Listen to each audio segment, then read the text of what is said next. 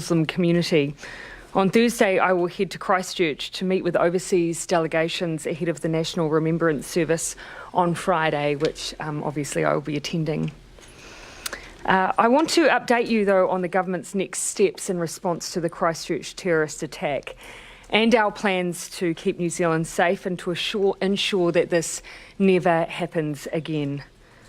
Last week, on the 18th of March, Cabinet agreed to establish an inquiry into the Christchurch mosque's terror attack. Today, Cabinet agreed the inquiry will be a royal commission. While New Zealanders and Muslim communities around the world are both grieving and showing compassion for one another, they are also quite rightly asking questions on how this terror attack was able to happen here.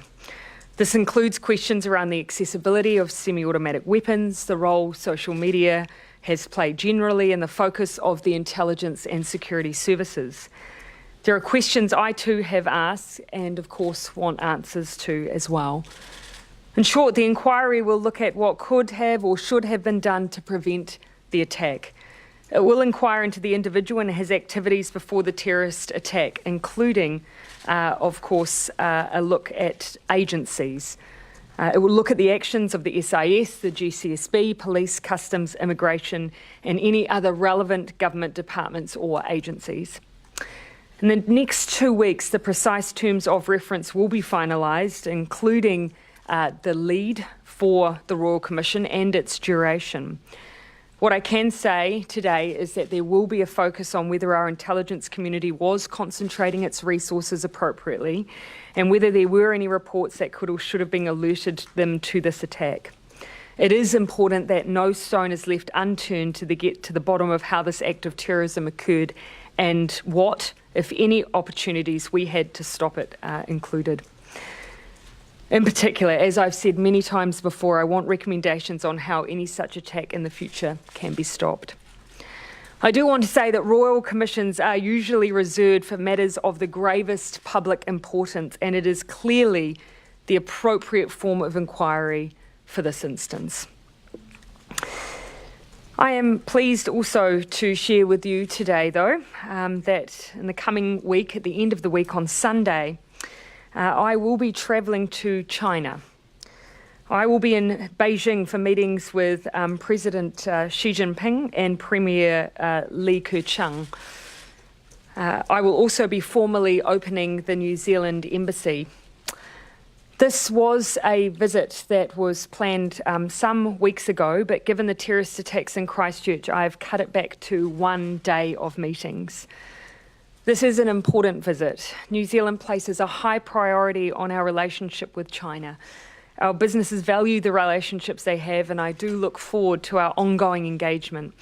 I expect discussions will include a broad range of bilateral, regional and international issues of common interest, including on upgrading our free trade agreement, protecting and promoting a rules-based international trading system, and combating climate change. Through the terrorist attack in Christchurch, we've been served with a tragic reminder that New Zealand is no more immune than other members of our global community to the problem and indeed divisions facing humanity. China is an important regional and global actor with whom we must work on challenges facing the global community and those critical to the security and prosperity of our region. I have with me today the Deputy Prime Minister to answer any questions on our international response to the Christchurch terrorist attacks and indeed his visit to Turkey and Indonesia, or indeed any other questions on foreign policy matters. Was it a difficult balancing act for you to decide whether to go or not? Look, certainly for me the immediate response, of course, given that we already had this trip in train and planned, was immediately that it to be scaled back. It was intended to be a longer visit, including a business delegation, and under the circumstances that just didn't seem appropriate. And I do want to acknowledge that our hosts, China, have been incredibly accommodating of those needs. Which other ministers were scheduled to go with you? Sorry? Which other ministers were scheduled to go with you, if any? Oh, look, I had scheduled for other ministers to join me. It was going to be an appropriately high-level delegation, particularly given that we would have a business delegation with us. My expectation now, given that David Parker does have an impending visit in April, will be that he will use that opportunity to lead a business delegation. So is it appropriate to leave New Zealand at all at the moment? That is why I have trimmed it back to a one-day visit. So essentially I travel on Sunday, I have a one-day visit on Monday, I'm back in New Zealand on Tuesday. And that is a decision I made to scale it right back from what had been a visit involving 3 cities to just one day because it didn't feel appropriate for me to be any longer at this point. Minister, take that. Oh, they have been incredibly accommodating, acknowledging the circumstances, and we're of course very grateful for that. And again, as I say, literally 24 hours and travelling with as little time away as is possible. Prime Minister, on the Royal Commission, you say it will focus on the intelligence agencies. Will it also look at the police? As I mentioned, I did explicitly mention that they are one of the agencies that we're including. We will be looking at events leading up to the attack rather than the response, the immediate emergency and first responders' response to the attack. And that's work that I think needs to be done, but we'll do that separately.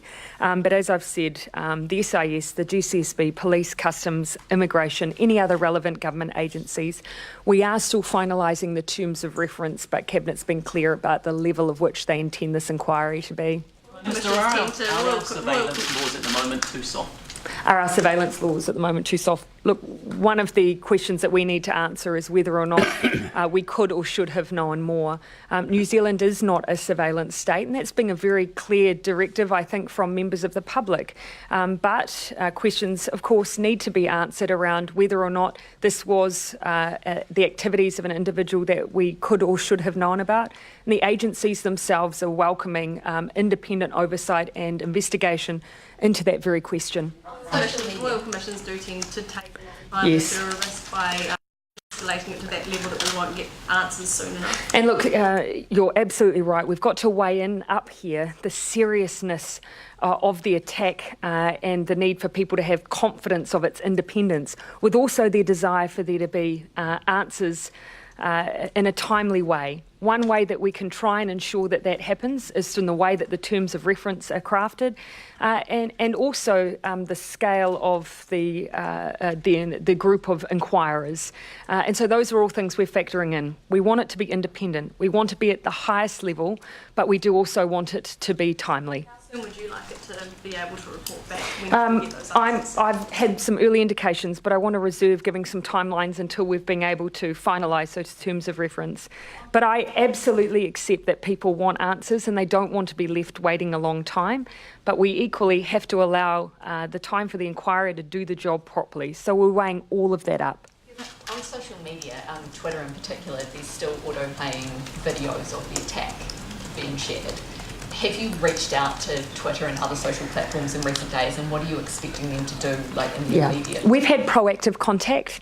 I couldn't give you explicit information around the detail of that from individual companies, but we have been receiving information, particularly from Facebook, around the efforts that they've made to have the video removed. It is fair to say that we, of course, see it as unacceptable that this continues to be available on social media platforms. That's widely known amongst those social media leadership, our views on that matter. There is work still here to be done. This afternoon, I will join other ministers in meeting with Brad Smith, the Microsoft Chief Legal Officer, also involved with the Global Internet Forum to Counter Terrorism. That will be the beginning of many conversations which New Zealand intends to very much be a part of. You call for banning live streaming altogether until it can be properly managed on these sites? Look, I think it's obvious that in this case, I mean, we've seen not only the use of live streaming that goes against even the community standards that Facebook themselves set. So my question generally across all of these platforms is what can we put in place or have assurances around ensuring that this doesn't happen again? Those are rightly the questions we should be asking. Can I ask The Mr. Peters? response, though, has been to ask people to report the videos. I mean, I reported some yesterday. Yes. Still there now. So- is that an acceptable level of response from them? Look, I can't answer specifically from Twitter. I would say no, I don't think that's an effective way of managing what is incredibly disturbing content. Certainly from other providers, we've had assurance that they are proactively looking to remove it. So it was some days ago, but at that time, Facebook were reporting 1.5 million times that video had been removed, and not all of that was automated. But again, I'm sure, in fact, I would be surprised if there wasn't consensus among those platforms that the proliferation of that video is just unacceptable. We just want them to be more proactive in its removal. Can I ask Mr. Peters about his meeting with President Erdogan? Were you disappointed afterwards that he went out a very short space of time and showed video of the shooting? Well, the facts are that the showing after that meeting was an abbreviated version where his narrative had utterly changed. So that whereas before we left his narrative had been condemnatory of New Zealand and Australia all in together, that all changed dramatically with his statement to the Washington Post and the speech he made at the OIC praising New Zealand's behaviour, and in particular the example set by the Prime Minister. It could not have been a bigger change. In respect to the question of the tape, we had already spoken to the Turkish embassy in New Zealand before I even left about our concern about that. And so my focus was to ensure the safety of New Zealanders travelling in Turkey in the future, and particularly with Anzac Day coming up. So in that sense, I'm delighted with the response and the assurance he gave me personally. Was it a combative conversation? No, but I did point out to him that any view that we were a white supremacist country should be put to rest, and I gave him the reasons why, and he accepted it, gave me an assurance that our young people in particular would be as safe as they've always have been for decades, and he then expressed his desire to come to New Zealand. What specific assurances did you give to the President that New Zealand isn't a white supremacist nation? Well, I said there is no cabinet in the whole world as ethnically diverse as the New Zealand cabinet. And we wanted evidence of that. I'm happy to show him. And I think also some of the feedback that I think both the Deputy Prime Minister and myself have received in calls from the international community is actually not just been the response from politicians, but actually the response of the New Zealand public.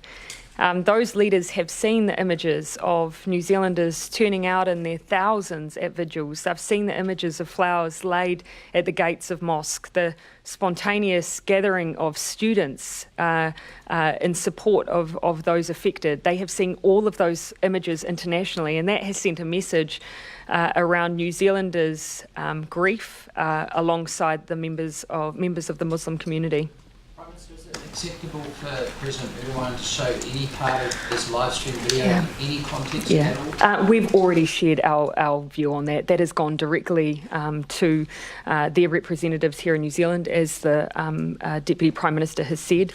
We continue to maintain absolutely the same view on the video, whether it's social media providers, whether it's other countries. We have a clear view on that. But also one of the things we were seeking assurance around was, of course, the safety of New Zealanders in Turkey, particularly leading up to Gallipoli commemorations. What is your clear view? Can you just express that again? That video, should not be shared. It is harmful content. And that's been our clear and stated position. And that was stated clearly before the Deputy Prime Minister even left. Was it a mistake not to share that directly with the President face to face? The President already knew it. The President had already, before I began to talk to him, had shifted his dialogue. That's proven by the Washington Post article, not one, but... And so, I was looking at the big picture, 57 Islamic countries where things could go so wrong, and there never has been such a meeting of the OIC making this request of a country where there has been such universal praise for the country in question. You had to be there to believe it, and when we showed them the video, a number of them were weeping and sobbing at the demonstration of non-Muslim New Zealand towards the Muslim in this case. So it was a dramatic event in that sense, and I was told by countless ministers that they've never seen any meeting of that type in the OIC since they were members of it. Disappointing that you had to travel to Turkey in the first place to deal with this? Well, I was asked by the Turkish delegation here when they first arrived to come, and I spoke to the Prime Minister. It was clear to us that we had no option but to turn up and set the record straight. I took Jenny Salesi, Minister Salesi, with me as well, to show that we were serious about a cabinet and a governmental and a national response, and she'll confirm my impression. We were there. I think, I agree with the judgment of the Deputy Prime Minister that us being present for that meeting was incredibly important to voice our view on what had happened on New Zealand soil. The work, of course, that we need to continue to do, but the view of New Zealanders in the wake of the terrorist attack here. And so I think it was important that we were present, and I'm very pleased the Deputy Prime Minister suggested that we be there. Peters, while his rhetoric may have changed, his actions in showing the video did it? Well, yes, they did, because he's not showing. Well, But he's not showing the same length of video. There are blurred parts of it now where New Zealand has been taken out. You can't deny that it mentions the fact of Christchurch, but thereafter his personal rhetoric around the video has utterly changed. There's no mention of New Zealand anymore. Are you saying it's okay that he's showing the video at all? I'm not showing that at all. We made that very clear before I left, as the Prime Minister said. showing excerpts of the video. Yes, but not the same length as it was, and the narrative that he had alongside of it has dramatically changed where my country or our country is concerned. Have there been subsequent requests to Mr Erdogan not to play the video? I don't think we've been in direct contact since the Deputy Prime Minister has returned. I just got home. Yeah, Right. and of course we've only just seen that that's continued. But look, keeping in mind, of course, we've been clear on the video, absolutely. Before the visit, after the visit, we maintain absolutely the same position. But there has been a definitive difference in the statements that have been made around New Zealand's role in this terrorist attack, the perception of New Zealand around the attack, and also the safety of New Zealanders. We needed to gain assurances around the ongoing safety of New Zealanders travelling in Turkey, and that's being received. Some people are saying, some free speech advocates are saying that banning the manifesto by the Chief Censor's action is a step too far. Do you have a view on that? Ultimately, decisions for the Chief Censor. But, if I were to have an opinion, I would say that it was the right decision. Prime Minister, do you plan to raise the persecution of the Uyghur Muslims when you're in China? Look, I tend to give general topics before I go into meetings, and then answer more specific questions when I come out of them. So happy to engage at that level again. It's fair to say I have raised the issue before, and I have raised human rights issues before. So what about the issue? Do you plan to in the current climate and given what... I actually haven't sat down and gone through my intent over bilateral, but given I've raised it before, that should give you an indication. What about foreign party donations, given it's such an issue for us here in New Zealand? Well, I don't think that they've come directly from Premier Lee or the President, so... China isn't too happy with the talk in New Zealand about banning foreign donations. Again, as I say, I tend to work through exactly the position that I take in the lead up to the coming days.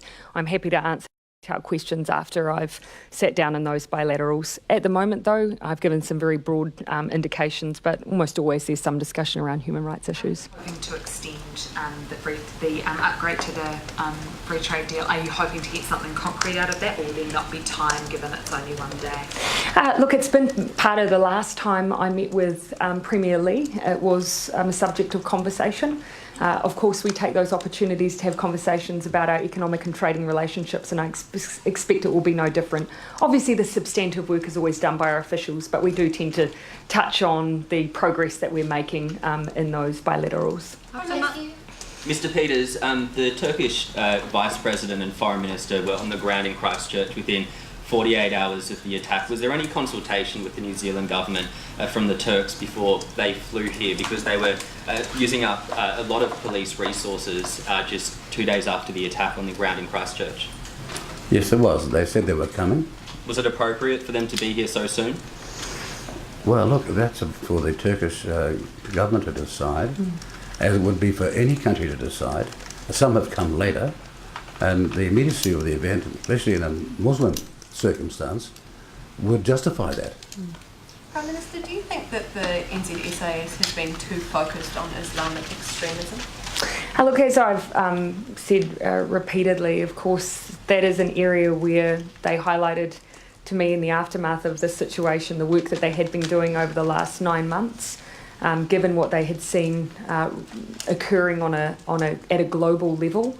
But they themselves welcome the opportunity of a Royal Commission to look more deeply at what could or should have been known in the case of the Christchurch mosque attacks. The Human Rights Foundation has put out a report in which a number of Muslims said they felt unfairly targeted by those agencies.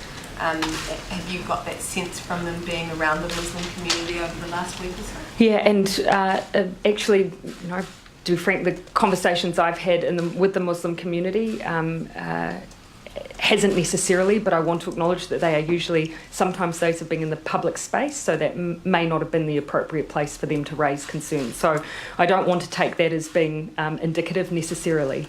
What I do want to say, though, is that the way that the NZSIS conducts itself is very much governed by protocol and law. They are required to follow policy statements that are publicly available. If individuals feel that they have breached that, they should absolutely raise that with the Inspector General. That is an appropriate way to make sure that the work that has been undertaken by the SIS is done appropriately. There is no need to wait for that. If any member of the community has concerns, they should directly raise those issues. Royal Commissions of Inquiry tend to take years, or they have in the past. I mean, have you set any expectations around timelines, or can we afford to wait that long if it's going to be long? Yeah, again, I wouldn't want to see a situation where we were talking years. Again, I do want to reserve the ability, once we've set the terms of reference, to look at what is a reasonable expectation of delivery. But I absolutely hear the expectation from the New Zealand public that this is delivered independently, that it's thorough, but that it's also timely. What are the top 2 or 3 questions you'd like answered? I've already outlined some of them today, but obviously the questions that are being raised by the public around our intelligence services, whether they were adequately looking at these areas or should have known of the activities of the individual who undertook the terrorist attack, those obviously will be included in the Royal Commission. Prime Minister, would you ever address claims in the media that you nodded off during the ISA meeting? This is amazing. I've got a full list of everybody that spoke, where they came from, in the order they spoke. It's comprehensive and I've still got it. Now, that somewhat suggests that you can be in deep contemplation and know what's going on at the same time, which I was. I thought it was a very, very serious meeting, and that's why I've kept a record of it. Prime Minister, would you ever allow a mass surveillance program like Project Spear Gun in New Zealand? Look, I've had that program raised. Well, I've heard it raised in the public domain. I don't know whether or not that's being raised because there's an assumption that somehow would have led to more knowledge around what led up to the terrorist attack in Christchurch. That actually may not have been the case because my understanding of Project Spear Gun is that it was a cybersecurity initiative rather than maybe what is being implied.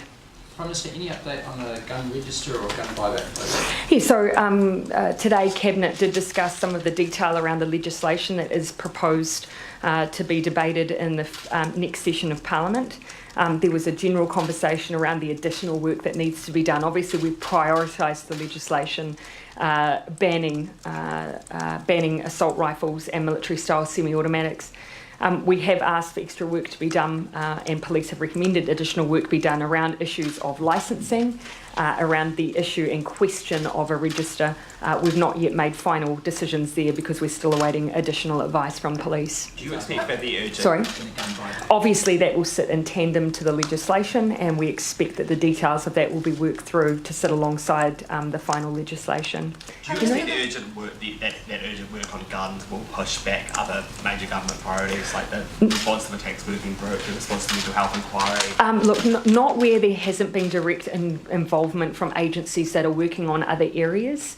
So tax, no, it's my expectation those timelines will remain the same.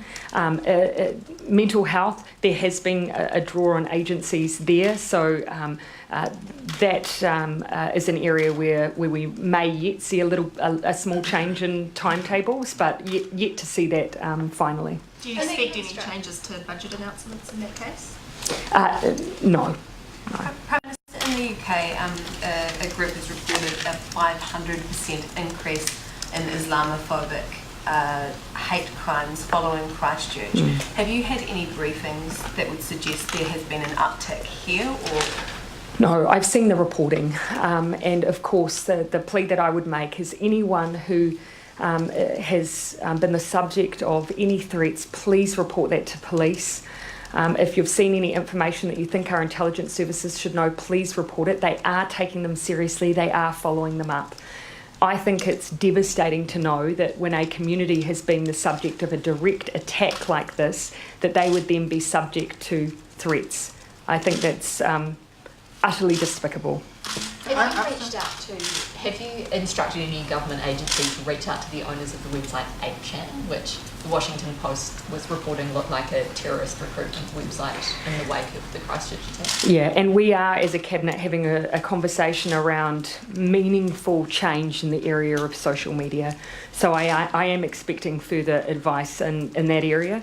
As I've said before, I'm not interested in a PR exercise. I want to ensure that what we seek is meaningful change, and there are a range of different areas where I think we should be doing a bit of exploratory work. It's not just for New Zealand though, we do need a global push because these are global platforms. Prime Minister, the Foreign Minister said in Turkey I'll take last two questions. The Foreign Minister said in Turkey that the alleged gunman would spend the rest of his life in a New Zealand jail. Does this mean you've ruled out extraditing the alleged gunman? No final decisions have been made in that regard, but I can absolutely say that he will face the New Zealand justice system. Prime Minister, will Yes, the last question. government look into death penalty after this terrorist attack? No. Okay, thank you everyone.